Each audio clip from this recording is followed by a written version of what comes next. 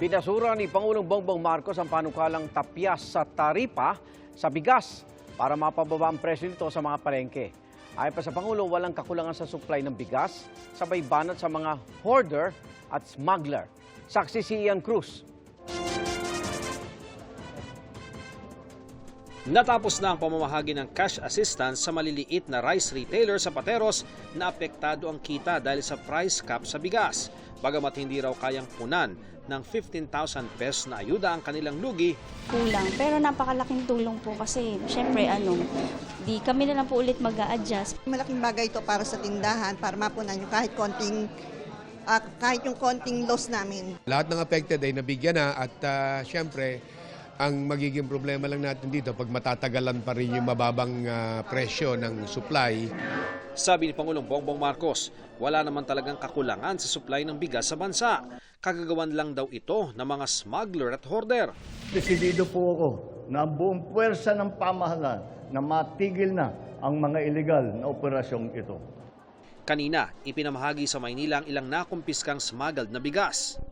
Ayon sa Pangulo, ang mga bigas na ito ay bahagi ng smuggled rice na nakumpiska sa Zamboanga Port kamakailan. Mas mabuti na raw na ipamahagi ito sa mga mahirap kaysa sa masayang lang. Dumaan po ito sa tamang proseso ng investigasyon, pagkumpiska at inspeksyon upang matiyak na ito ay ligtas na ipamahagi sa nangangailangan. Magsisilbing babala rin po ito sa lahat ng mga smuggler at mga hoarder. Para sa amin pong katulad naming mahihirap, nabigyan kami ng biyaya.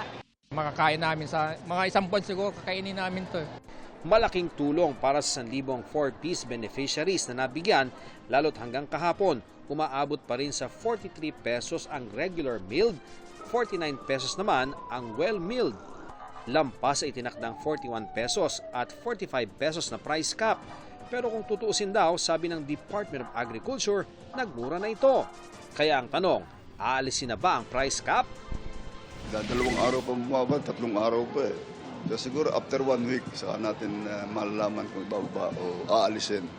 We will have to temper the prices for a little more time before we can remove the price cap.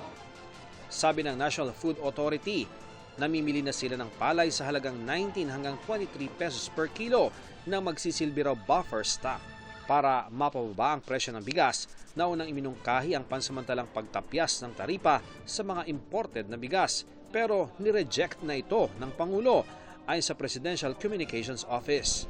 Napagkasundoan daw ng agricultural at economic managers ng gobyerno na hindi pa ito napapanahon dahil sa inaasahang bababa na rin daw ang presyo ng bigas sa world market. Para sa GMA Integrated News, ako si Ian Cruz, ang inyong saksi. Mga kaibigan, samahan nyo kaming saksiyan ng mga balita. Mag-subscribe sa GMA Integrated News sa YouTube. Para sa mga kapuso abroad, samahan nyo kami sa GMA Pinoy TV at sa www.gmanews.tv.